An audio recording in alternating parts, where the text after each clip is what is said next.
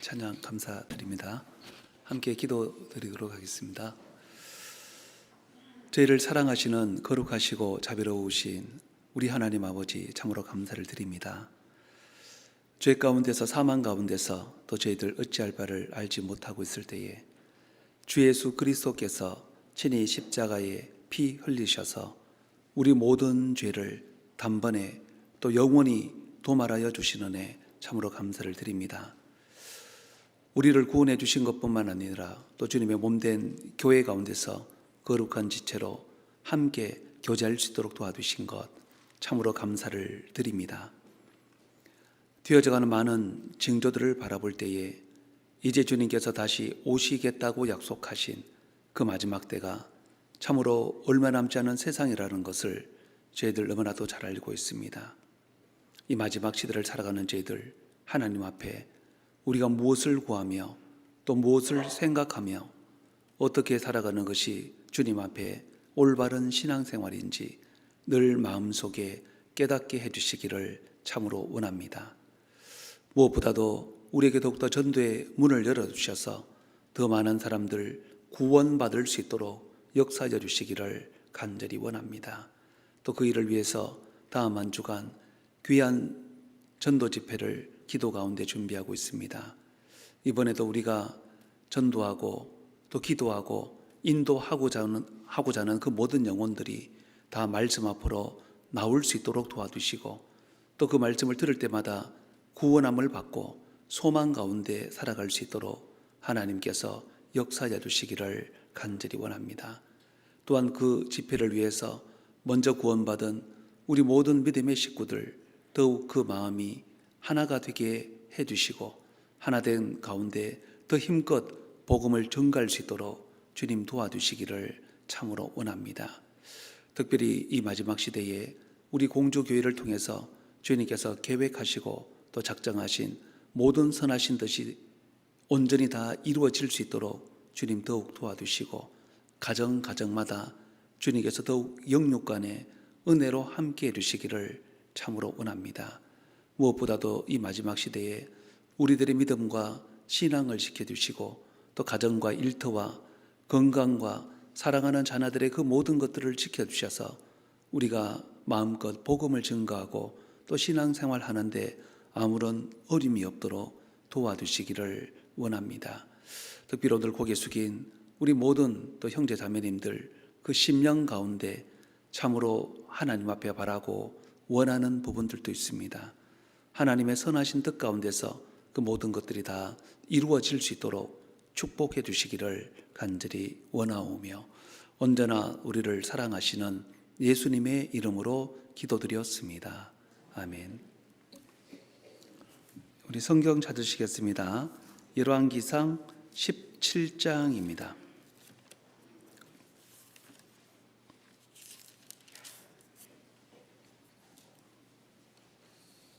열왕기상 17장 1절입니다. 열왕기상 17장 1절 구약성경 545페이지입니다. 17장 1절 길라세 우가는 자 중에 디셉 사람 엘리야가 아합에게 고하되 나의 섬기는 이스라엘 하나님 여호와의 사심을 가리켜 맹세하노니 내 말이 없으면 수년 동안 우루가 있지 아니하리라 하니라. 여호와의 말씀이 엘리야에게 임하여 가라사대 너는 여기서 떠나 동으로 가서 요단 앞 그릿 시내가에 숨고 그 시내물을 마시라. 내가 까마귀들을 명하여 거기서 너를 먹이게 하리라. 저가 여호와의 말씀과 같이 하여 곧 가서 요단 앞 그릿 시내가에 머물매 까마귀들이 아침에도 떡과 고기를 저녁에도 떡과 고기를 가져왔고 저가 시내를 마셨더니 땅에 비가 내리지 아니하므로 얼마 후에 그 시내가 마르니라. 여호와의 말씀이 엘리야에게 임하여 가라사대 너는 일어나 시돈에 속한 사라바드로 가서 거기에 유하라. 내가 그곳 과부에게 명하여 너를 공개하게 하였느니라. 네. 안녕하세요.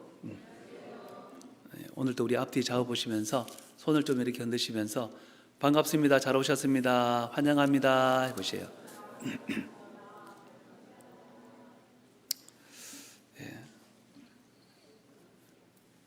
오늘 열왕기상 17장 믿음의 사람 엘리야에 대해서 잠깐 좀 말씀을 드리려고 합니다.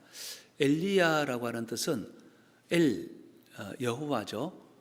그리고 엘리야 했을 때는 야는 하나님입니다. 그래서 엘리야 그러면은 여호와는 나의 하나님이시다, 이제 그런 뜻이죠. 야 그러면은 하나님입니다.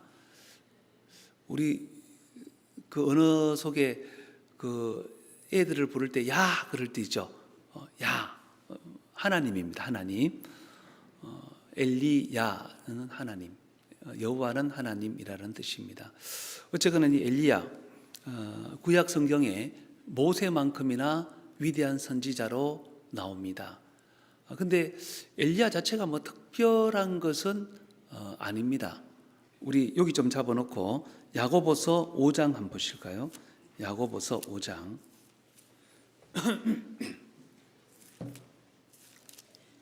야고보서 5장입니다. 야고보서 5장 17절. 신약 성경 376페이지. 야고보서 5장 17절. 엘리야는 우리와 성정이 같은 사람이로되, 여기 엘리야는 우리와 성정이 같은 사람이다. 그러니까 기본적으로 우리와 모든 성품이 같다는 겁니다. 그러니까 엘리야 자체가 뭐 특별하다든지 뭐 그런 사람은 아니고 우리와 동일한 사람이고 우리와 성품이 동일한 사람인데, 근데 이제 구약 성경에 모세만큼이나 아주 위대한 선지자로 이름을 남기고 있잖아요. 오늘 우리가 그 부분에 대해서 조금 살펴보려고 하는 겁니다. 얼마나 위대했던지 구약 성경을 마감하면서도 말라기의 마지막 말씀이 엘리야로 마감이 됩니다. 우리 구약 성경 마지막 말라기도 한번 볼까요?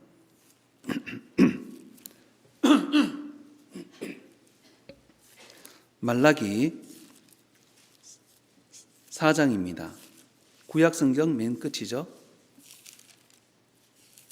말라기 4장 5절에 보라, 여호와의 크고 두려운 날이 이르기 전에 내가 선지 엘리야를 너에게 보내리니.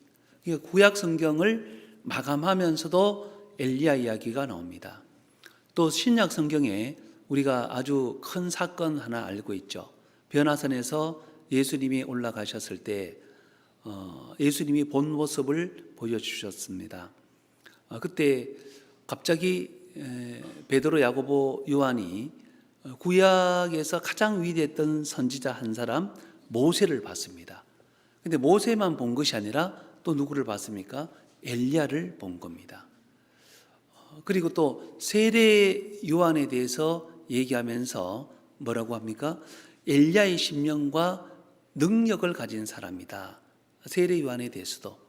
그러니까 엘리야가 구약 성경을 마감하면서도, 그리고 예수님이 변화산 사건에서도, 그리고 또 세례 요한에 대해서도 계속적으로 크고 굵직한 사건마다 엘리야가 등장을 하는 거죠. 그런데 엘리야는 특별한 사람이 아니라는 겁니다. 우리와 성정이 동일한 사람. 동일한 성정을 가진 사람이 어떠한 삶을 살았길래 계속적으로 이렇게 위대한 선지자로 평가가 되고 예수님도 엘리야에 대해서 말씀을 하고 계실까? 이제 그 부분에 대해서 오늘 좀 살펴보려고 이제 하는 겁니다. 먼저 열왕기상 17장 다시 한번 보시겠습니다.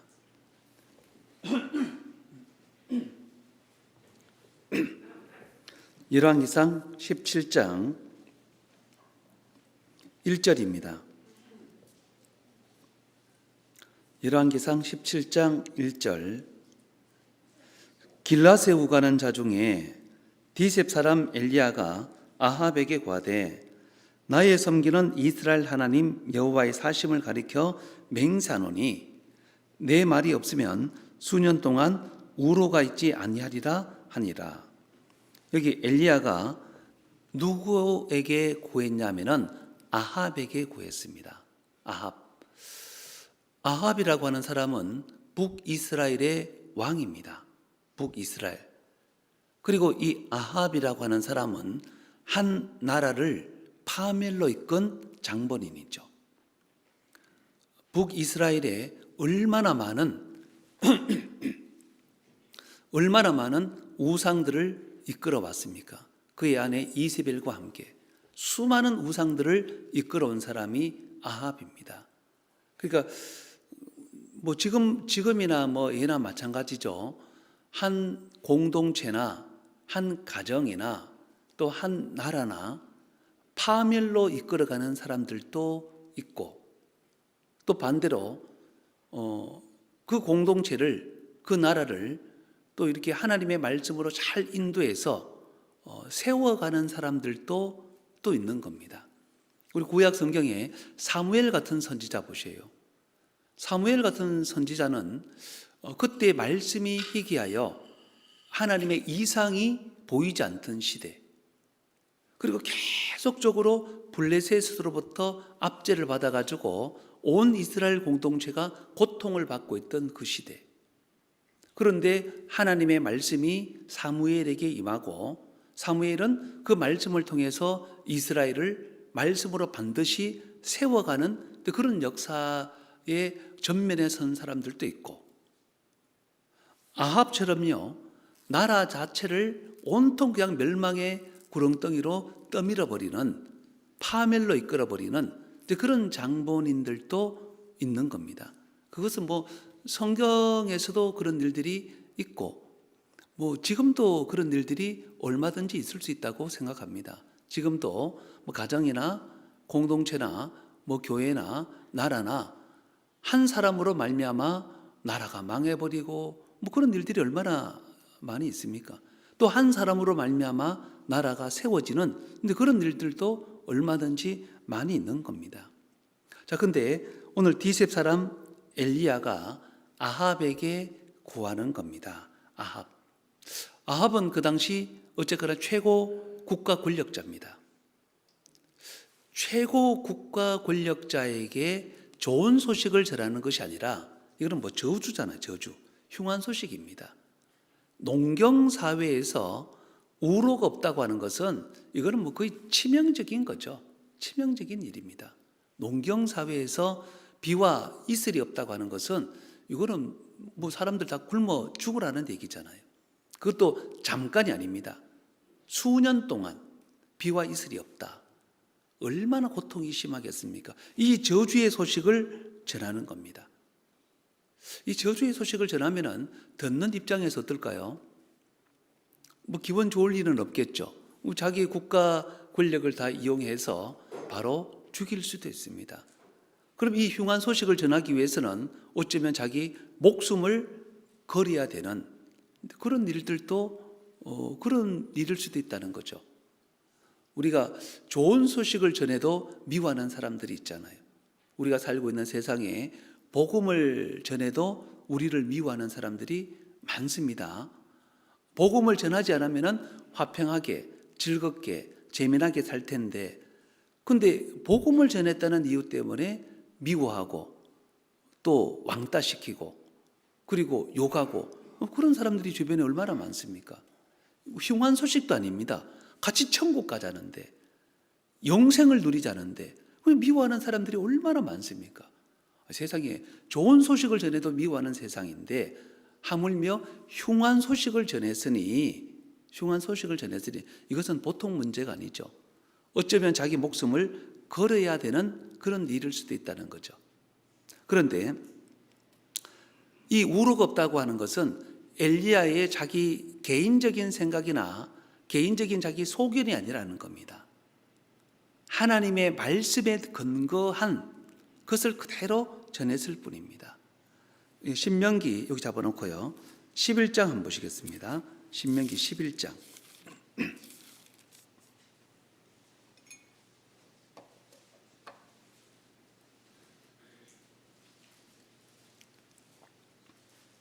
신명기 11장 16절 한번 보시겠습니다.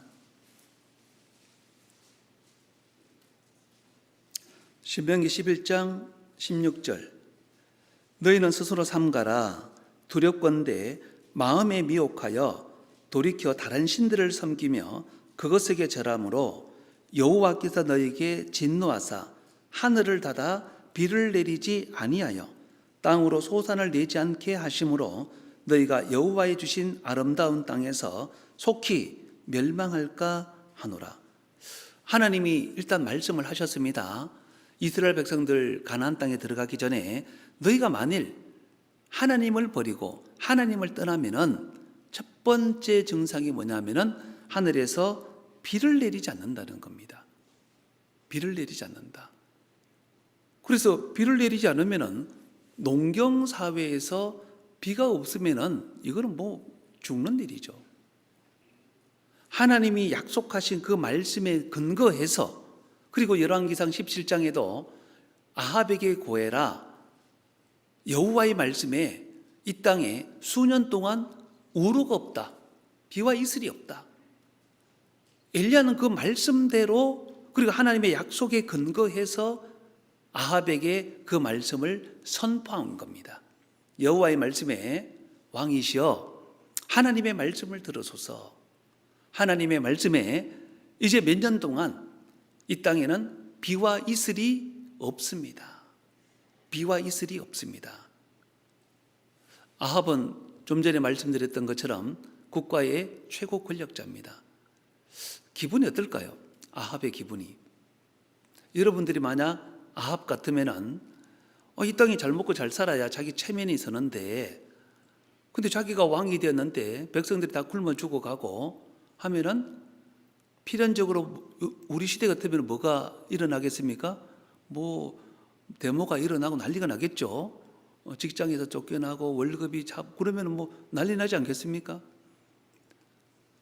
만약 그런 소식을 들으면은 아마 아합이 굉장히 기분이 나빠서 사실은 죽이려고 한 겁니다. 그래서 엘리야에게 다음 명령이 숨으라는 거죠. 왜? 아합이 죽이려고 하니까. 사실은 이게 이 좋은 소식을 전하는 것이 아니라 흉한 소식을 전하는 것은, 이것은 뭐 국가 권력자뿐만 아니라 개인에게도 마찬가지입니다. 좋은 소식은 누구에게나 빨리 얘기해 주고 싶죠. 어디 합격했다, 또는 뭐 큰 돈을 벌었다, 아니면 아기를 낳았다, 뭐 집에 경사스러운 소식은요 빨리 가서 얘기해 주고 싶잖아요. 그 자매, 그 형제 병이 다 나았대. 얼마나 빨리 얘기해 주고 싶습니까? 근데 반대되는 상황은 얘기하기가 사실은 쉽지 않거든요. 정말 쉽지 않습니다. 저도 이렇게 목사로서 신앙생활 쭉 하다 보면은 형제 자매들의 어떤 삶이 많이 보이잖아요. 이렇게 저건 신앙적으로 참 바르지 않은 태도인데, 근데 사실은 마음 같아서는 불러서 막 얘기해 주고 싶어요. 또 얘기한 적도 많고. 근데 이제 얘기를 하면은 그걸 좋게 받아들이고, 제가 너무 잘못했습니다, 고치겠습니다, 이러면은 참 얼마나 좋습니까? 근데 지금까지 거의 100%입니다. 거의 100%. 얘기하면은 원수가 되더라고요. 얘기하면 원수가 돼요. 그래서 참 안타까운데 얘기하기가 참 쉽지 않습니다. 원수가 되더라고요. 하나님 앞에 바르지 못한 삶이고, 하나님 앞에 바르지 못한 태도고, 하나님 앞에 바르지 못한 생각이고, 하나님 앞에 바르지 못한 언어임에도 불구하고 그것을 참 얘기해서 고치기가 참 쉽지가 않습니다. 왜냐하면은 바로 뭐 다음 날부터 원수가 되는 거예요. 지가 뭔데 이제 이렇게 되는 거죠. 그래서 원수 되든지 아니면은 뭐 내가 이 교회 아니면 갈 데가 없냐 그러고 떠나든지, 그런 것들을 너무 많이 보면은 참 말하기가 쉽지가 않아요. 근데 하물며 최고 권력자에게 그 이야기를 한다? 그건 정말 쉽지 않은 얘기죠. 자기 목숨을 걸어야 되는 겁니다. 자기 목숨을. 근데 그럼에도 불구하고 얘기할 수 있다는 것은 그것은 정말 믿음이고 그 영혼을 참으로 사랑하기 때문에 얘기를 하는 겁니다. 그 영혼을 참으로 사랑하기 때문에. 그것 또한 믿음이라는 거죠. 그러니까 엘리야의 모든 삶의 동기는 하나님의 말씀이라는 것을 알 수 있습니다. 우리 열왕기상 18장 다시 한번 보시겠습니다. 17장 1절 길라세 우가란 자 중에 디셉 사람 엘리야가 아합에게 고하되 나의 섬기는 이스라엘 하나님 여호와의 사심을 가리켜 맹세하노니 내 말이 없으면 수년 동안 우로가 있지 아니하리라 하리라. 여기 내 말이 없으면 2절에도 여호와의 말씀이 엘리야에게 임하여 가라사대 너는 여기서 떠나 동으로 가서 요단 앞 그릿 시내가에 숨고 5절에도 저가 여호와의 말씀과 같이 하여 곧 가서 요단 앞 그릿 시내가에 머물매. 그리고 8절 여호와의 말씀이 엘리야에게 임하여 가라사대 너는 일어나 시돈에 속한 사르바드로 가서 거기 유하라. 보세요. 엘리야의 모든 삶의 동기는 여호와의 말씀입니다. 여호와의 말씀이 가라 그러면은 갑니다. 혹시 맞아 죽을 수도 있는데 감옥에 갇힐 수도 있는데 여호와의 말씀이 가라 그러면은 가는 거예요. 여호와의 말씀이 숨어라 그러면은 또 숨습니다. 숨어요. 이게 참 그 왕 앞에 담대히 선포하는 것하고 그리시네가에 숨는 모습은 굉장히 대조적인 모습 아닙니까? 왕 앞에 뭐 어찌됐든 간에 하나님의 선지자로서 죽을 때 죽더라도 담대하게 여호와의 말씀에 앞으로 내 말이 없으면은 수년 동안 우로가 있지 않습니다. 담대하게 선포했는데 그때 또 비굴하게 그리시네가에 가서 또 숨으라는 거예요. 그럼 또 숨습니다. 체면 다 내려놓고 또 이제 숨는 거예요. 또 일어나서 사르밧 과부에게로 가라. 그러면은 또 가는 겁니다. 이 사르밧 과부가 어디입니까? 시돈입니다. 시돈. 시돈에 속한 그랬죠. 시돈 어디서 많이 들어본 땅 아닙니까? 아합의 부인이 누굽니까? 아합의 부인? 이세벨이죠. 이세벨의 고향이 시돈 쪽입니다. 그러니까 적들이 우글우글거리는 곳입니다. 나를 환영하고 나를 지지하고 나를 반겨주는 사람들이 많이 있으면 그래도 뭐 그곳에 가서 숨을 수 있는데 세상에 시돈이 어딘데 거기 가라는 거죠. 그리고 또 설령 갔어요. 갔으면은 좀 부잣집에 보내면은 몇 년 동안 이렇게 좀 얻어먹기도 좀 이렇게 마음이 좀 편하지 않겠습니까? 그때 세상에 사르밧 과부에게로 또 가라는. 가서 보니까 과부가 뭘 하고 있냐면은 너무 먹을 것이 없어가지고 통에 가루 조금, 병에 기름 조금, 요거 이제 톡 털어가지고 요거 먹어버리고 이제 죽어버리려고 하는 그 집에 보낸 거예요. 세상에. 그게 자기 생각에 이해도 안 되죠. 근데 하나님은 여호와의 말씀에 시돈에 속한 사르밧으로 가라. 가는 겁니다. 숨어라. 숨는 겁니다. 왕에게 가서 고하라. 외치는 겁니다. 엘리야가 우리와 같은 성정이 같은 사람인데 어떻게 그렇게 위대한 선지자가 되어졌느냐? 한 가지입니다. 말씀에 근거해서 움직이는 거죠. 말씀에 근거해서.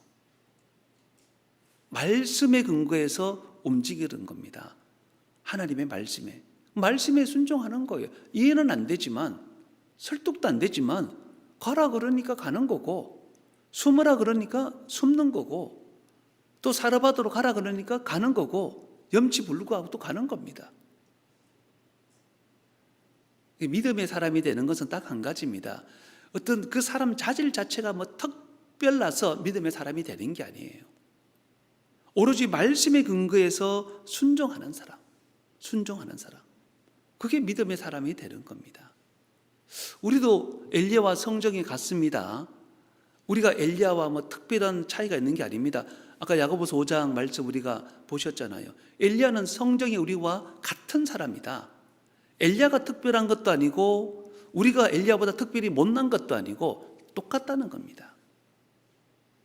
근데 엘리야가 다른 점이 뭐냐면은 엘리야를 움직이는 모든 삶의 동기는 말씀이라는 거죠.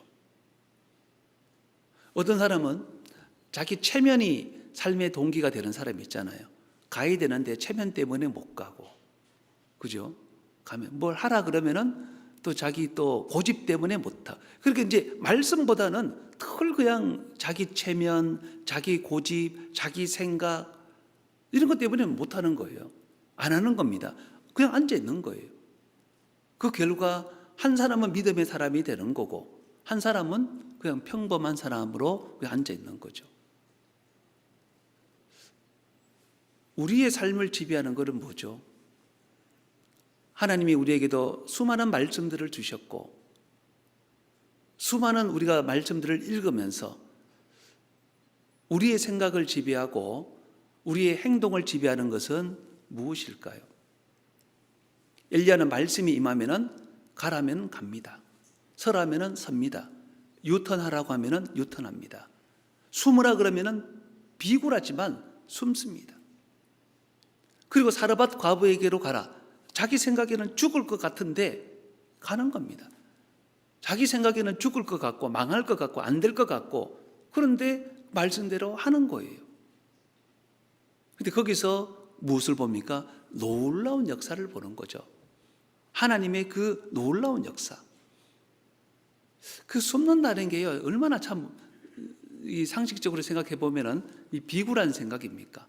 이 숨는다라고 하는 것은. 우리 잠언 24장 한번 보시겠습니다. 잠언 24장.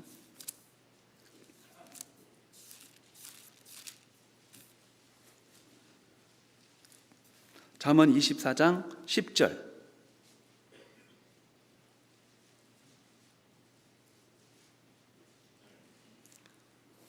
잠언 24장 10절.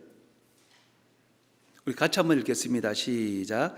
내가 만일 환난 날에 낙담하면 내 힘의 미약함을 보임이니라.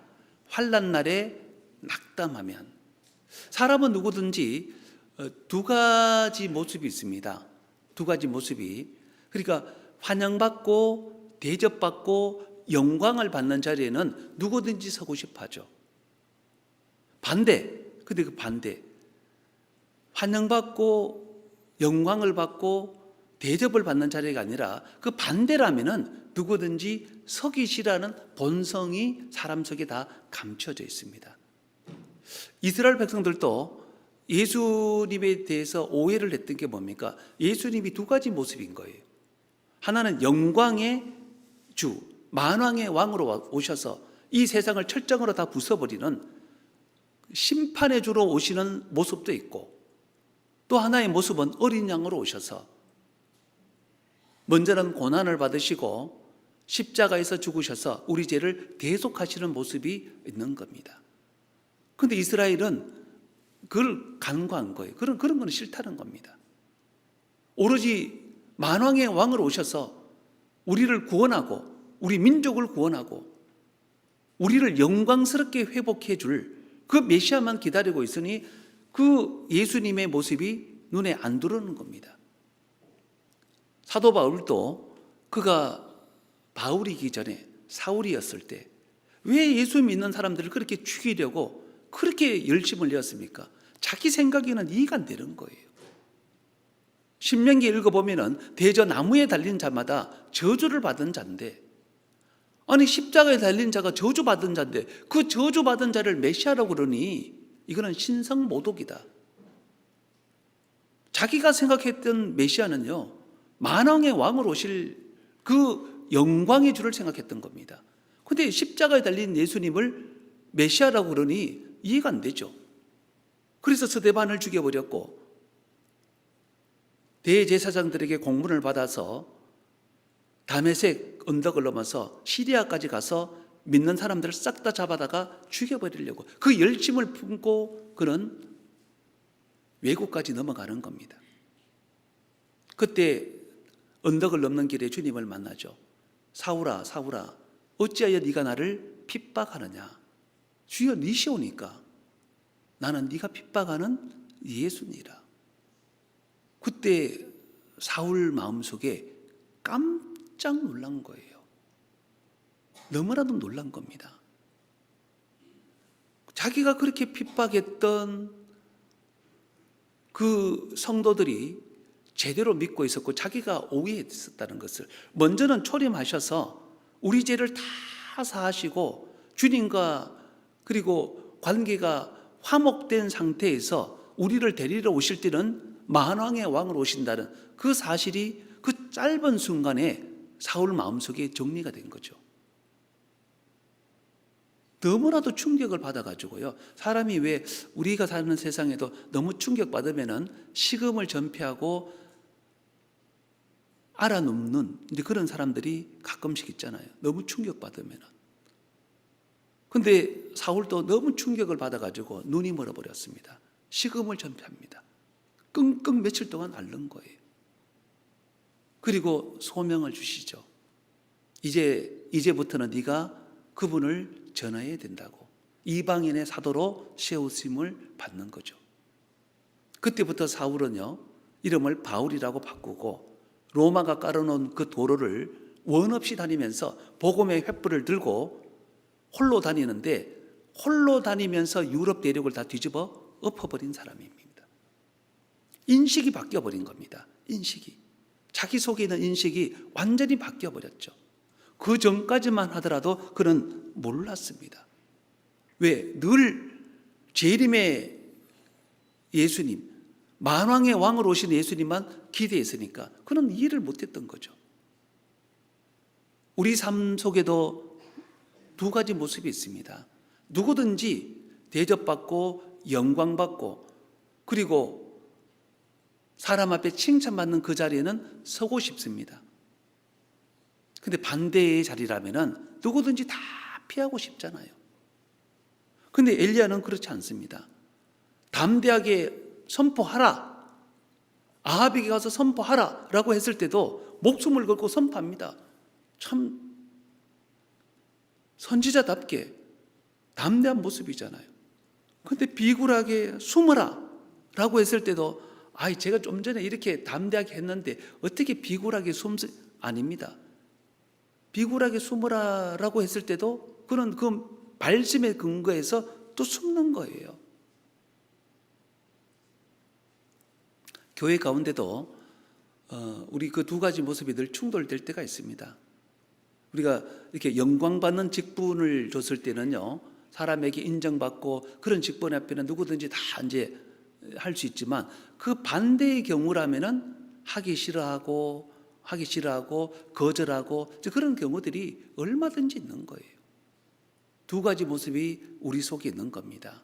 그런데 엘리야는 그렇지 않습니다. 엘리야는 숨으라 그러면은 숨고 외치라 그러면은 외치고 떠나라 그러면은 떠나고 그리고 시돈에 속한 사르밧 과부에게로 가라 그러면은 가고 엘리야를 움직인 모든 삶의 중심은 하나님의 말씀이었던 겁니다. 말씀. 그것을 사도 바울은 설득당한 자다라고 얘기하고 있습니다. 하나님의 말씀에 설득당한 자. 그래서 엘리야가 위대한 사람, 구약 성경이 그렇게 위대한 믿음의 선지자로 쓰임을 받을 수가 있었던 거죠. 항상 자기 생각 아니면 자기 고집, 자기 체면 그것을 고수하고 있으면은 믿음하고는 상관없는 사람이 되어버리는 겁니다. 우리 누가복음 5장에 한번 보시겠습니다. 누가복음 5장.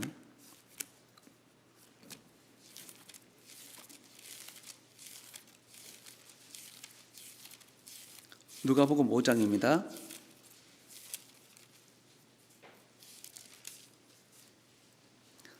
5장 1절. 5장 1절 무리가 옹이하여 하나님의 말씀을 들을 새 예수는 게네사렛 호숫가에 서서 호숫가에 두 배가 있는 것을 보시니 어부들은 배에서 나와서 그물을 씻는지라. 예수께서 한 배에 오르시니 그 배는 시몬의 배라.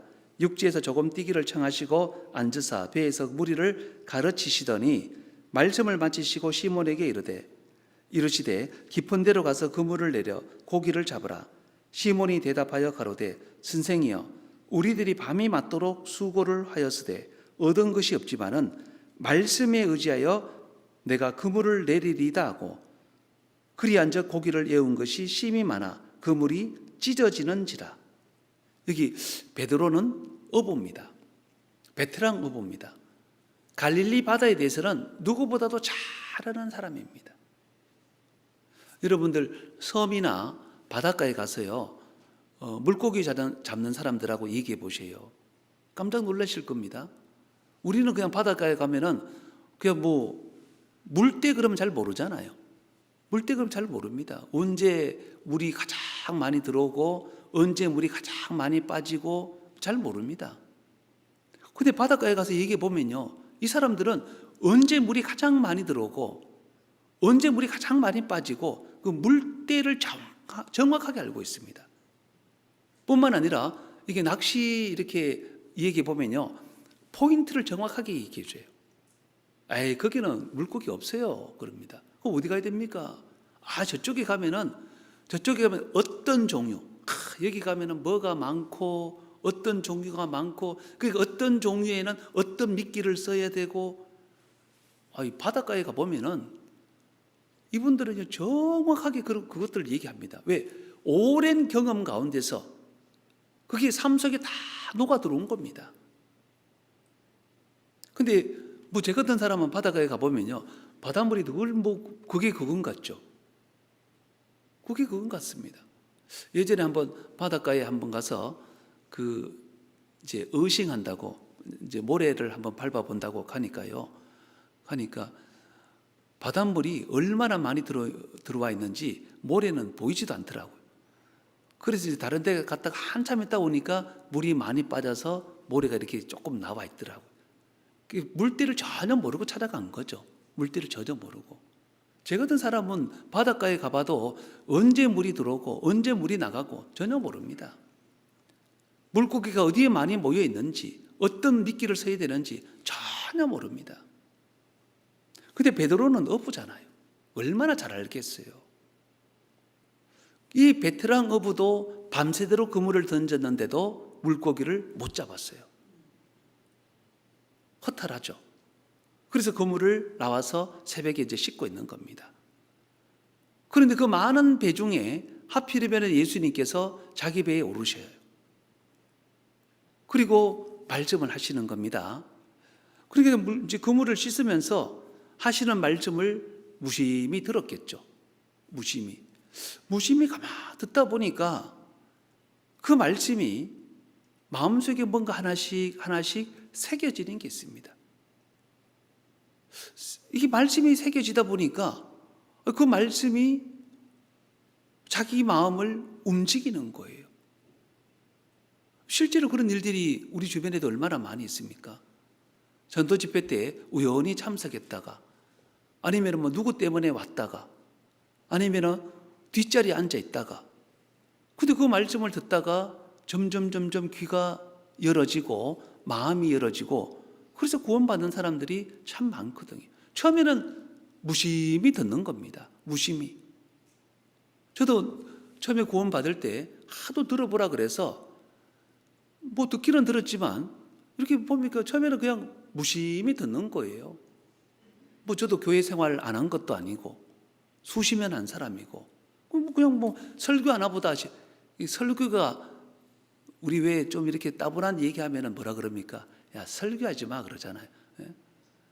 그냥 설교라고 생각한 거예요.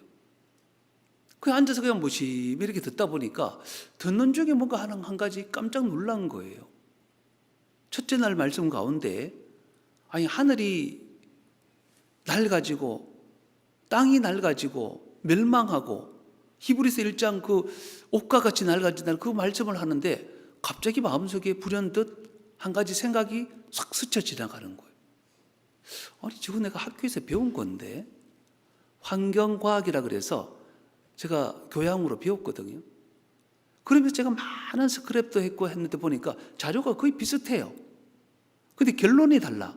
저는 어떻게 결론을 냈냐면은 세상이 이렇게 점점 낡아지고 환경이 안 좋으니까 과학이 빨리 발전이 되어지고 세상이 좋아져서 이 모든 문제를 다 해결해 가지고 사람 살기 좋은 세상이 되도록 만들어야 된다. 저는 이제 결론을 그렇게 냈습니다. 리포트에. 근데 이제 쭉 듣다 보니까 성경은 전혀 다른 얘기를 하더라고요. 아니다. 과학이 발달할수록 세상이 더 망가지고, 원래 성경 하나님의 말씀에는 세상이 끝이 정해져 있다. 정해져 있으니까 세상 끝이 갈수록 점점 망가지는 거다. 그때 불현듯 마음속에 한 가지 결론이 딱 내렸습니다. 맞네. 성경이 맞네. 그러니까 이제 그다음부터 자세가 쓱 바꿔진 겁니다. 그리고 그 다음 말씀이 궁금한 거예요. 그 다음 도대체 그러면 뭐냐? 그럼 천국에 도대체 어떻게 간다는 말이냐? 무심히 듣다가 마음속에 뭔가 한 가지 말씀이 들어왔습니다. 그 말씀이 한 가지 자리 잡기 시작하니까 그 다음 말씀이 들리기 시작하는 거예요. 그 다음 말씀이 들리기 시작하는 거예요. 베드로가 밤새도록 그물을 던졌으니 육신은 얼마나 피곤하겠습니까? 예수님이 그 배 위에 올라서 말씀을 하시는데 그냥 무심히 듣는 거예요. 그래, 뭐 설교해라. 나는 그물을 씻을게. 그런데 그 말씀이 하나가 마음속에 들어간 거예요. 마음속에 하나 꽂힌 겁니다. 그리고 그물 씻는 것을 그만두고 그 말씀을 청종하기 시작한 거예요. 이윽고 말씀이 맞춰졌습니다. 하시는 말씀이 깊은 데로 가라. 그물을 내려라. 베드로 경험에는 이해가 안 되는 이야기입니다. 아니, 이 시간에 무슨 깊은 데로 가느냐? 깊은 데로 가봤자 베드로 경험에는 물고기가 한 마리도 없습니다. 그리고 또 허탕치면은 다시 씻어야 되는 그런 번거로움도 있어요. 이해는 안 되지만, 그런데 자기가 들어온 말씀이 있으니까 이해가 안 되지만 내가 말씀에 의지해서 그물을 한번 내려보겠습니다. 그래서 그물을 내렸습니다. 내렸더니 얼마나 놀라운 결과가 일어났습니까? 너무 많이 잡힌 거예요. 깜짝 놀란 거죠. 여러분들 노아 시대 때 생각해 보세요. 노아에게 하나님이 말씀하셨습니다. 방주를 만들라고. 앞으로 큰 홍수가 올 건데 방주를 만들라고. 여러분들 노아 시대 같으면은 하나님이 그렇게 말씀하셔서도 우리는 순종할 수 있을까요? 왜냐하면은 지금은 비를 봤으니까 뭐 이해라도 되지만 그 시대는 비가 없던 시대입니다. 한 번도 본 적이, 비가 뭔지도 모르는 시대예요. 한 번도 비를 본 적이 없는데, 비를 경험한 적이 없는데, 근데 웬 홍수냐고. 대부분의 사람들, 아니 우리들 같으면요, 하나님 무슨 뚱딴지 같은 얘기입니까? 홍수가 뭡니까? 비가 뭡니까? 아니 이렇게 날씨가 맑은데 무슨 비가 온단 말입니까? 오히려 조롱하고 놀리고 등졌을 수도 있습니다. 근데 노아는요, 그 말씀에 의지해서 방주를 만드는 겁니다. 뚝딱 뚝딱 뚝딱 뚝딱 계속 만드는 거예요. 이윽고 방주에 들어가고 나서 일주일 뒤에 비가 오기 시작했습니다. 방주에 들어가지 않은 사람들 다 후회했습니다. 그리고 비가 쏟아지기 시작하니까 노아를 찾아와서 그 방주를 두드렸을 수도 있죠. 노아 영감, 노아 할아버지 문 좀 열어달라고. 나 누군데 문 좀 열어달라고. 아무리 두드려도 노아는 열 수가 없어요.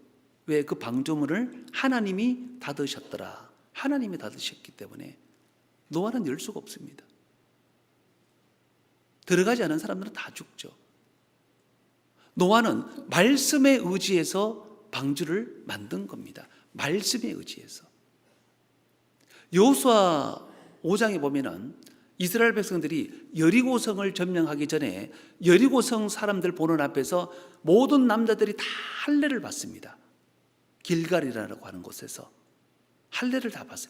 여러분들, 할례라고 하는 것은요, 남자들이 생식기 끝을 자르는 건데 이거는 무장해제입니다. 그 예가 있잖아요. 창세기 34장에 보면은 야곱이 그 하나님의 말씀하신 그 목적지로 가는 것이 아니라 옆으로 셉니다. 세겜으로 갑니다. 세겜으로 갔기 때문에 거기서 험한 일을 하나 당하죠. 자기 외동딸 디나가 강간을 당합니다. 얼마나 그 오빠들이 분했겠습니까? 그래서 하나님의 이름을 팔아서 거짓 평화를 꾸밉니다. 야, 뭐 일이 이렇게 벌어졌으니까 어쩔 수 없으니까, 자, 우리는 다 할례 받는다. 너희들도 다 할례 받아라. 할례 받으면은 너희 딸들을 우리가 취하고, 그리고 우리 딸들을 너희에게 줄게. 다 할례 받아라. 세겜성 사람들이 그 말을 좋게 여겨서 할례를 다 받았습니다. 3일쯤 지나서요, 고통이 제일 극에 달했을 때에 그 시몬과 레위라고 하는 두 사람이 들어가서 세겜성 사람들을 다 죽여버렸습니다. 두 사람이 성 안에 있는 모든 사람들을 다 죽여버린 거예요. 왜? 꼼짝을 못하는데. 할례 받으러 오면 꼼짝을 못합니다. 여리고성 사람들이 보는 앞에서 모든 사람들이, 남자들이 다 할례를 받는다라고 하는 것은 무장해제입니다. 그거는 믿음 없이는 불가능한 거예요. 하나님이 지켜주신다, 그 확신 없이는 불가능한 겁니다. 근데 어떻게 할례를 받았느냐? 하나님이 말씀하셨으니까. 자기 생각이 이러면은 우리 다 죽는데, 이러면은 여리고성에서 말 10필만 나와도 우리 다 죽는데, 그럼 할례 못 받죠. 하나님의 말씀에 지켜주신다는 확신이 있으니까, 하나님이 말씀하셨으니까 할례를 다 받은 거예요. 그리고 할례 받고 나서 여리고성을 돌죠. 하루에 한 바퀴씩. 마지막 7바퀴 돌고 와 그랬더니 여리고성이 순식간에 다 무너졌습니다. 순식간에. 엘리야의 삶을 지배한 것은 하나님의 말씀이었다, 그 이야기입니다. 성정이 특별한 게 아니라는 거죠. 엘리야가 뭔 특별한 사람이라서 이 구약시대의 유명한 위대한 선지자로 쓰임을 받은 것이 아니라 우리와 동일한데, 근데 한 걸음 한 걸음 내딛는 것이 다 하나님의 말씀이 기준이 되어졌다, 그 이야기인 겁니다. 하나님의 말씀이 기준이 되면은 놀라운 역사가 삶 속에 일어납니다. 열왕기상 17장 다시 보시겠습니다. 열왕기상 17장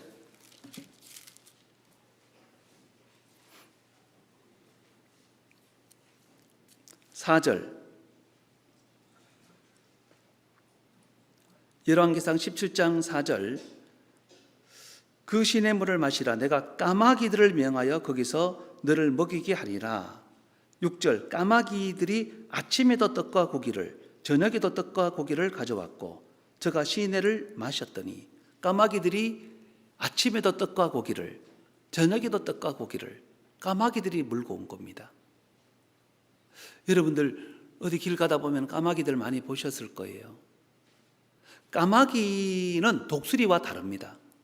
독수리는요, 이 자기 먹이를 낚아채면은 그 자리에서 뜯어먹는 게 아니라 멀리 날아갑니다.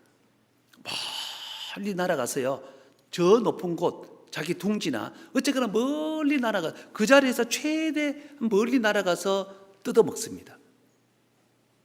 근데 까마귀들은 어떨까요? 여러분들 까마귀들 많이 보셨잖아요. 까마귀들은 먹이를 물고 멀리 날아가서 그런 새가 아닙니다. 까마귀들은 그 자리에서 다 먹습니다.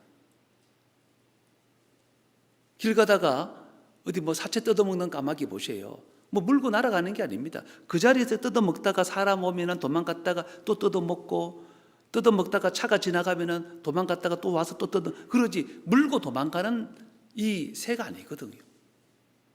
까마귀들은 절대로 물고 멀리 날아가는 새들이 아닙니다. 근데 까마귀들이 떡과 고기를 물고 멀리 날아와요. 멀리 날아옵니다. 이거는 있을 수 없는 일들이 일어난 거예요. 무슨 이야기를 하는 겁니까? 말씀의 원칙대로 살아가면은 삶 속에 있을 수 없는 일들이 일어난다는 거죠. 에벤에셀, 하나님이 여기까지 우리를 도우셨다. 그게 에벤에셀이잖아요. 사무엘상 8장에 보면은 사무엘과 이스라엘 백성들이 하나님 앞에 그 모이기 위해서 미스바라고 하는 곳에 싹 다 모였습니다. 블레셋 사람들이 그 첩보를 입수했어요.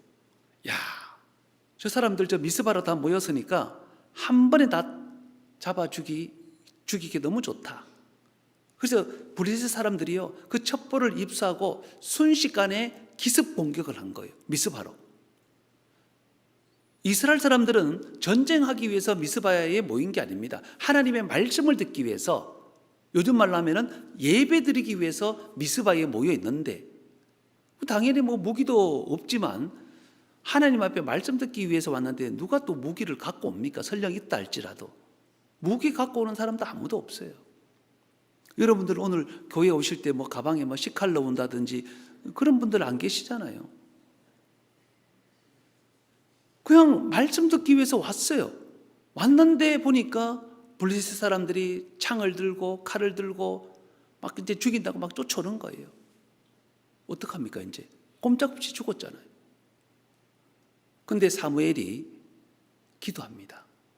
기도하니까 갑자기 놀라운 일이 벌어집니다. 하늘이 어두컴컴해지더니 천둥과 번개가 막 치기 시작하는 거예요. 좀 전에 그렇게 맑았던 날씨가 천둥 번개가 막 치는데 우르릉쾅쾅 하는데, 여러분들 생각해 보세요. 평지에 칼을 들고 와 하고 막 달려가는데 갑자기 하늘이 캄캄해지더니 우르릉쾅쾅 하면서 번쩍했습니다. 그 번개가 어디로 갈까요? 창을 들었습니다. 칼을 들었습니다. 번쩍했어요. 어디로 갈까요? 잘 모르겠으면은 여름에 번개 많이 치는 날 저 둔치에 가서요. 둔치 가서 그 쇠막대기 들고 한번 이렇게 한번 있어 보세요. 번개가 어디로 가는지 뭐 금방 알 겁니다. 번쩍하면서요 수십 명이 나자빠집니다. 또 번쩍하니까 또 수백 명이 나자빠집니다. 누가 이걸 들고 있을 수 있겠습니까?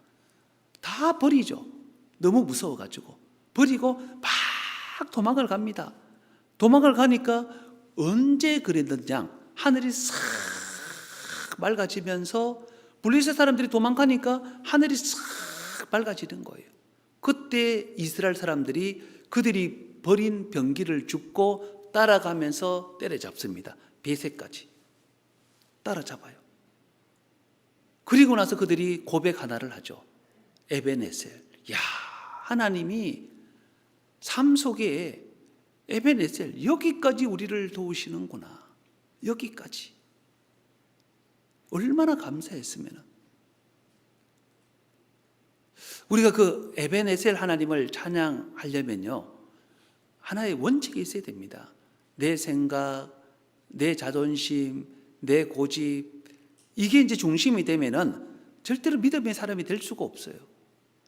항상 말씀의 원칙이, 내가 좀 자존심이 상하는데 그래도 말씀이 기준이 되고, 내 고집이 어떠하다 할지라도 말씀이 기준이 되고, 내 생각이 어떠하다 할지라도 말씀이 기준이 되고, 말씀이 기준이 되면은 우리가 에벤에셀, 야, 하나님의 삶 속에서 여기까지 우리를 도우셨습니다. 감사합니다. 그 고백을 우리가 할 수 있다는 거죠.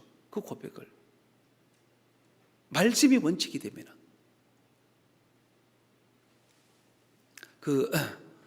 예전에도 한번 말씀드렸죠.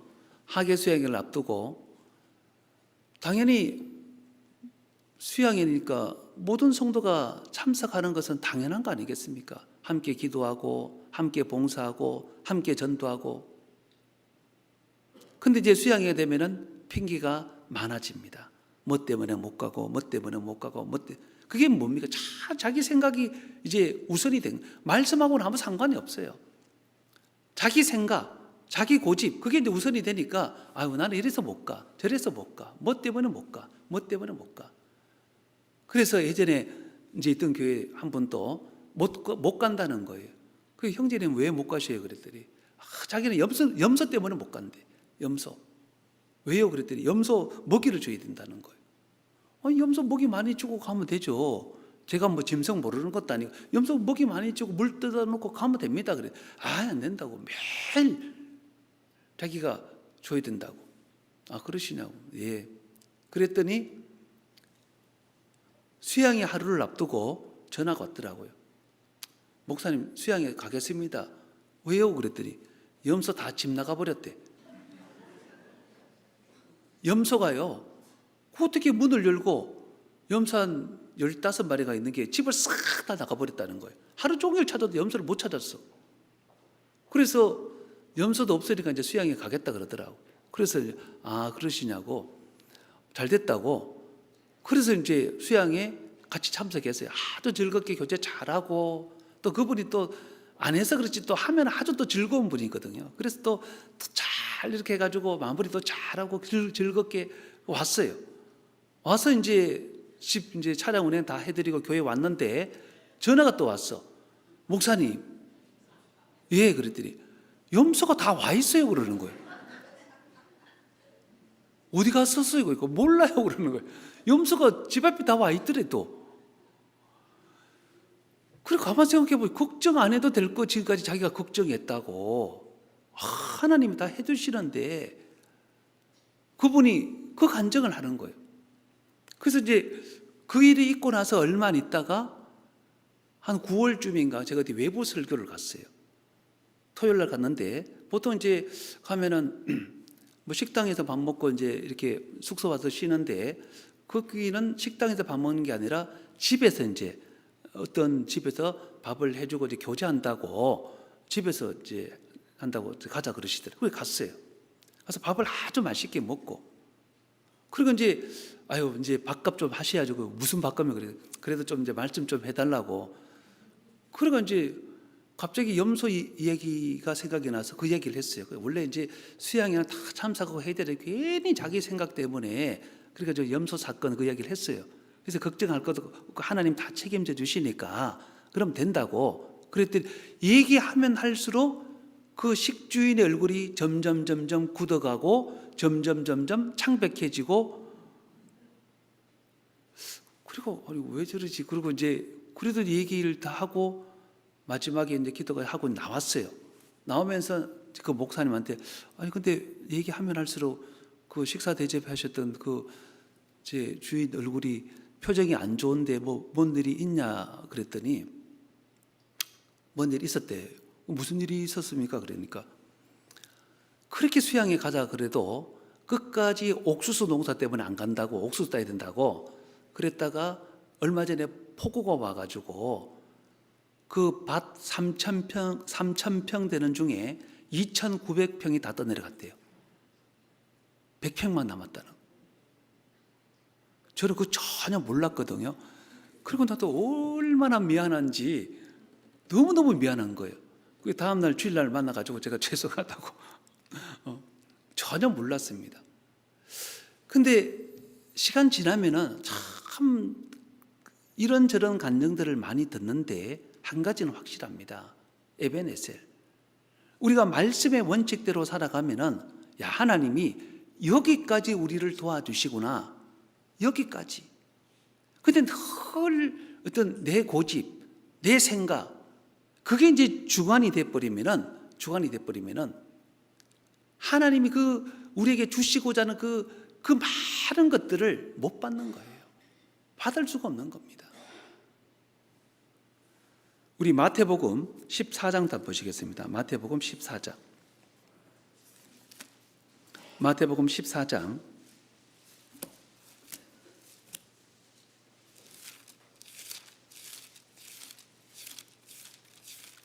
마태복음 14장 22절.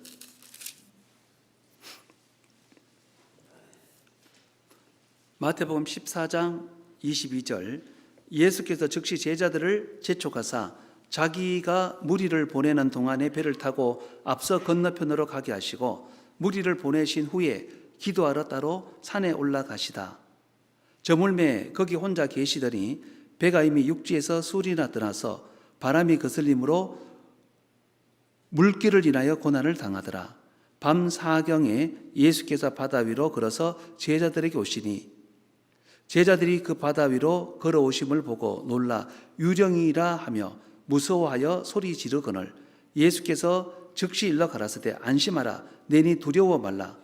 베드로가 대답하여 가로되 주여 만일 주시어던 나를 명하사 무리로 오라 하소서 한데 오라 하시니 베드로가 배에서 내려 무리로 걸어서 예수께로 가되 이게 베드로가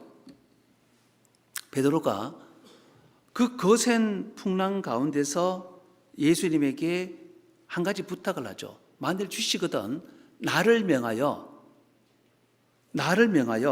여기 28절에 베드로가 대답하여 가로되 주여 만일 주시어든 나를 명하사 무리로 오라 하소서 한데 무리로 오라. 여러분들 지금 계속 막 거센 풍랑이 막 치고 있습니다. 요동을 치고 있어요. 그 풍랑이 많이 치는 날 배를 한번 타 보시면은 바다가 얼마나 무서운지 아마 알 겁니다. 예전에 저도 울릉도 한번 갈 때요 배를 한번 타 보니까 야 진짜 배가요 하늘 꼭대기에 올라갔다가 정말 그 땅 제일 깊은 곳까지 떨어지는 듯한 느낌. 배가 얼마나 요동을 치는지 3시간 갈 거리를 5시간 반 갔으니까. 그리고 그 파도 치면요 꽝꽝 하면서 배가 하늘로 올라갔다가 떨어지는데 야 이거 뭐 진짜 죽겠구나 하는 생각이 막 절로 들더라고요. 이 바다가 얼마나 요동을 쳤으면은 이 사람들 바다에 대해 잘 알고 있는 어부들임에도 불구하고 너무나도 무서운 겁니다. 근데 주님이 걸어오셔요. 주님이 걸어오시니까 베드로가 만일 주시어든 나를 명하사 무리를 걷게 하소서. 여러분들 생각에 그래도 배 안이 안전합니까? 바다 그 풍랑이 그렇게 막 몰아치는 배 밖이 안전합니까? 배 안이 안전하잖아요. 누가 보더라도 상식적이라면 배 안이 안전한 겁니다. 그런데 베드로는 무슨 요구를 하죠? 그 안전한 곳을 버리고 배 밖으로 나가려고 합니다. 왜요? 주님이 계시니까. 주님이 계시니까 세상적이라면 상식적이라면 배 안이 안전하죠. 절대로 배 안을 떠나서는 안 됩니다. 배를 꼭 붙들고 있어야죠. 그런데 베드로가 상식 밖의 요구를 하는 거예요. 만일 주시어든 자기가 배 밖으로 나가겠다는 겁니다. 아니 그 사람이 또 어떻게 또 무리를 걷습니까? 말도 안 되는데 아주 상식 밖의 얘기를 예수님에게 하고 있죠. 또 그랬더니 예수님께서 무리를 걸어오라는 겁니다. 근데 베드로가 배 밖을 나갑니다. 근데 걷는데 무리를 걷습니다. 세상에서 유일하게 무리를 걷는 인생이 된 거예요. 자기가 상식적이고 통속적이고 어떤 고정관념에 붙들려 있어서 거기 그대로 야, 배 안이 안전하지 어떻게 배 밖을 나가? 그렇게 생각했더라면 절대로 무리를 걸을 수가 없습니다. 근데 보면은 죽을 것 같고 망할 것 같고 안 될 것 같은데 근데 거기 주님이 계시니까 죽을 것 같지만 안 될 것 같지만 망할 것 같지만 주님이 계시니까 내가 가겠다는 거죠. 그랬더니 세상에서 무리를 걷는 사람이 된 거죠. 우리가 이 신앙이 한나게 이렇게 성장하려면요 좀 생각을 좀 깰 필요도 있습니다. 늘 자기 생각에 붙들려 있으면요 생각해 보세요. 하늘을 하늘을 날려면은 아래에서 끼어서 나와야 되는 겁니다. 그 아래에서 끼어서 나오지 않으면은 늘 독수리 아릴지라도 그 아래 불과한 거예요. 아래에서 끼어 나와야 하늘을 날아다니는, 창공을 날아다니는 그 제왕 독수리가 되는 거죠. 근데 끼어 나오지 않으면은 그냥 아래 불과한 겁니다. 신앙의 틀도 마찬가지입니다. 신앙의 틀도요, 기준이 말씀이 되지 않으면 늘 자기 생각, 자기 고집, 그게 기준이 딱 되어버리면 절대로 그 선을 뛰어넘지도 않습니다. 어떤 사람은 나는 주일만 나와, 딱 그렇게 정해버리면 뭐 세상 어떤 일이 있어도 다른 모임은 안 나오잖아요.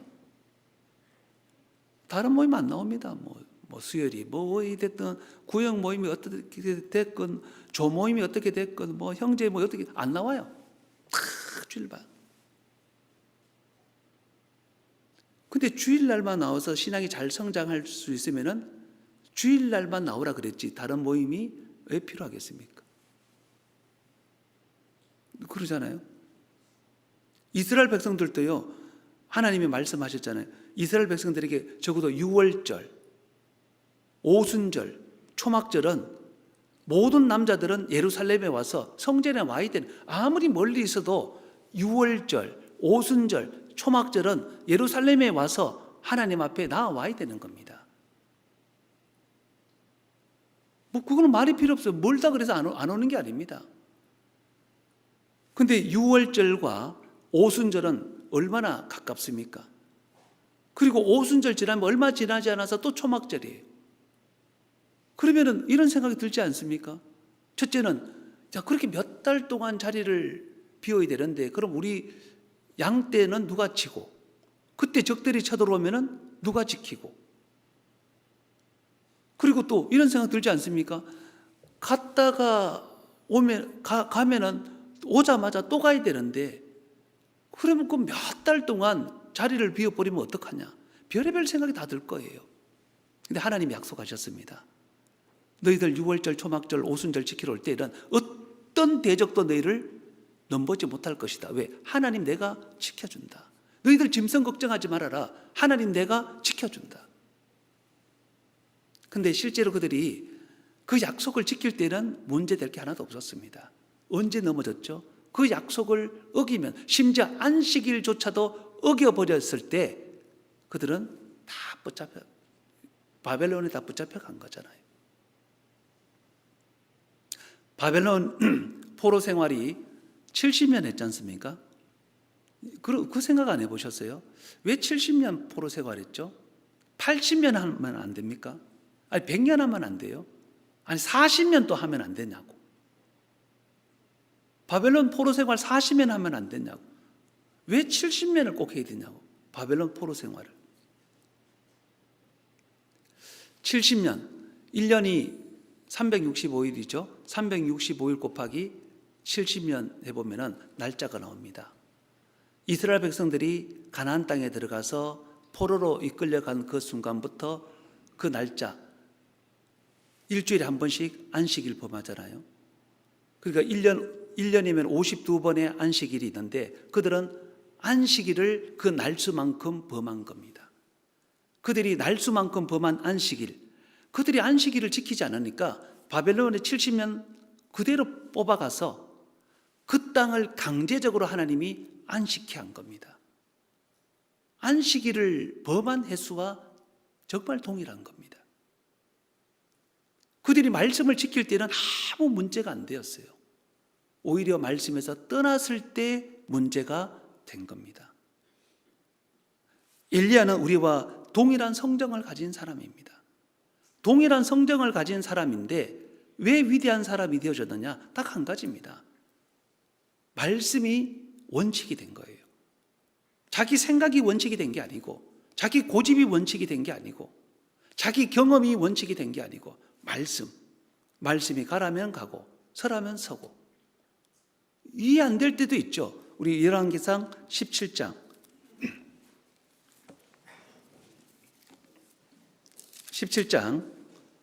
8절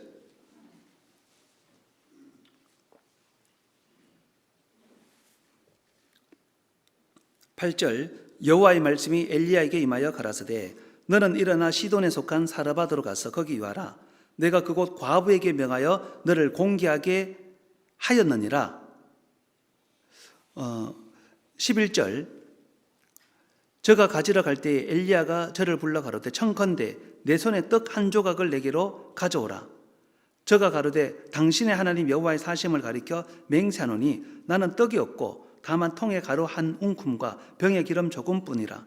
내가 나무가지 두엇을 주어다가 나와 내 아들을 위하여 음식을 만들어 먹고 그 후에는 죽으리라. 엘리야가 저에게 이르되 두려워 말고 가서 내 말대로 하려니와 먼저, 여기 중요한 게 이제 먼저입니다. 먼저 그것으로 나를 위하여 작은 떡 하나를 만들어 내게로 가져오고 그 후에 너와 내 아들을 위하여 만들라.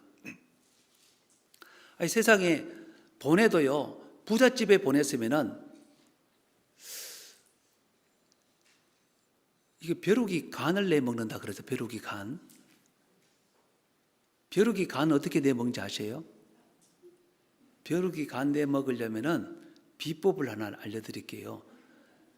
벼룩이 잡아놓고 막 위협을 합니다. 칼로서 확 그러면은 벼룩이 놀래가지고 아휴 간이 막 콩알만해졌네. 간이 콩알만해졌습니다. 그때 내 먹으면 됩니다. 이해 못하면 또 집에 가셔서 어쨌거나 우리가 어디 가도 그러잖아요. 좀 이렇게 사는 집에는 한 끼 얻어 먹어도 별로 부담이 안 되잖아요. 그렇지 않습니까? 어디 가서 좀 이렇게 그래도 세상적으로 그래도 좀 이렇게 이제 궁핍하게 살지 않는 집에 가서는 한 끼 얻어 먹어도 별로 부담이 안 되는데 근데 누가 보더라도 어렵게 사는. 예전에 한번 제가 이제 다른 데서 목회할 때 이분이 할아버지가 그 폐지 줍는 분이에요. 폐지 줍는 분. 하루 종일 해도요, 폐지 주어도 그게 뭐 10,000원 될까, 20,000원 될까, 아침부터 저녁까지. 그러니까 그 사는 거 보면 너무 어렵게 사는데, 세상에 전도 집회라고, 목사님 대접하겠다는 거예요. 그 제가 안 하셔도 된다. 할아버지 안 하셔도 된다. 다른 분이 하시면 돼. 기억고 하시겠다는 거예요. 그래서 이제 초탕 한 그릇 이제 그럼 하러 가자고 해서 뭐 초탕 뭐 얼마 하지는 않지만 그래도 사람이 한 7사람이면 돈이 얼마입니까 그게. 그래서 먹으면서 참 그 할아버지를 위해서 제가 기도를 많이 했던 그런 기억이 있습니다. 좀 사는 집이라면은 이게 뭐 한 그릇 얻어 먹어도 사실 별로 부담이 안 되는데, 근데 못 산다를 뻔히 아는데 그러면은 참 이 인간적으로는 참 마음에 부담이 되거든요. 근데 엘리야는 못 사는 거 뻔히 알아요. 뭐라고 얘기했습니까? 과부가 우리 뭐 이렇게 살림이 넉넉지 않습니다. 통에 가루 조금 있고 병에 기름 조금 있는데 이거 이제 떡 하나 만들어 먹어 버리고 이거 마지막인데 이거 이제 이거 먹고 죽을까 합니다. 그럴 때 엘리야가 그래도 가서 내 말대로 하는데 두려워하지 말고 먼저 거기서 제가 또 한 가지 깨달았습니다. 야, 이게 또 믿음이구나. 이게 믿음. 왜? 하나님이 확실히 채워주신다는 확신이 없으면 그 말 못합니다. 그렇지 않습니까? 하나님이 확실히 채워주신다는 그 확신이 엘리야 마음속에 없었으면 그 말을 어떻게 하냐고요. 하나님이 이거는 100%, 1000%, 10,000%, 억만 프로 확실히 채워주신다는 확신이 있으니까 두려워하지 말아라. 먼저 그것을 가지고 나에게로 가져오너라. 그랬더니 또 과부도 대단해. 그거 하나밖에 없는 그 전체를 또 그 엘리야의 말을 듣고 또 엘리야에게 갖다 주는 거예요. 그 결과 어떻게 됐겠습니까? 기근이 끝나는 날까지 세상에 통의 가루가 끊쳐지지를 않는 겁니다. 병의 기름이 끊쳐지지를 않는 거예요. 누가복음 7장 말씀대로 정말 하나님께서 누르고 넘치도록 후히되어서 주시는 그것을 실제로 경험을 한 겁니다. 엘리야의 모든 삶의 철학은 말씀이 기준이 됩니다. 말씀. 자기 생각, 자기 고집, 자기 지금까지 어떤 경험, 그런 것들이 기준이 된 게 아닙니다.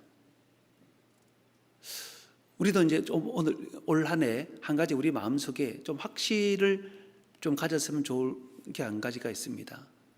다른 거 어떤 것보다도 이렇게 살면 죽을 것 같은데, 이렇게 살면 망할 것 같은데, 이렇게 살면 힘들 것 같은데, 그런 자기 생각들 다 내려놓고, 자기 고집 내려놓고, 먼저 하나님의 말씀이 중심이 되어져서 하나님이 가라는 곳에 함께 가고, 하나님이 서라는 곳에 함께 서고, 하나님이 유턴하라고 하는 곳에 함께 유턴해서 하나님이 에베네셀, 하나님이 내 삶 속에 여기까지 도와주시구나, 그것을 실제로 경험하는 한 해가 되어졌으면 참으로 좋겠습니다. 기도하시겠습니다. 저희를 사랑하시는 거룩하시고 자비로우신 우리 하나님 아버지, 참으로 감사를 드립니다. 우리를 죄에서 구원해 주신 것 또 참으로 감사를 드립니다.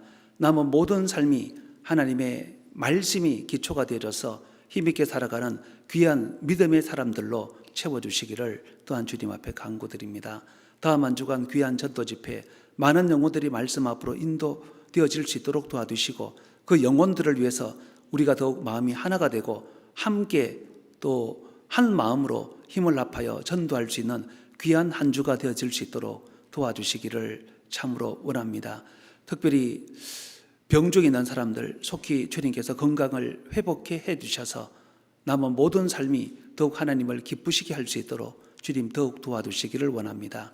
귀한 시간 함께 할 수 있도록 도와주신 것 참으로 감사드리며 언제나 우리를 사랑하시는 예수님의 이름으로 기도드렸습니다. 아멘.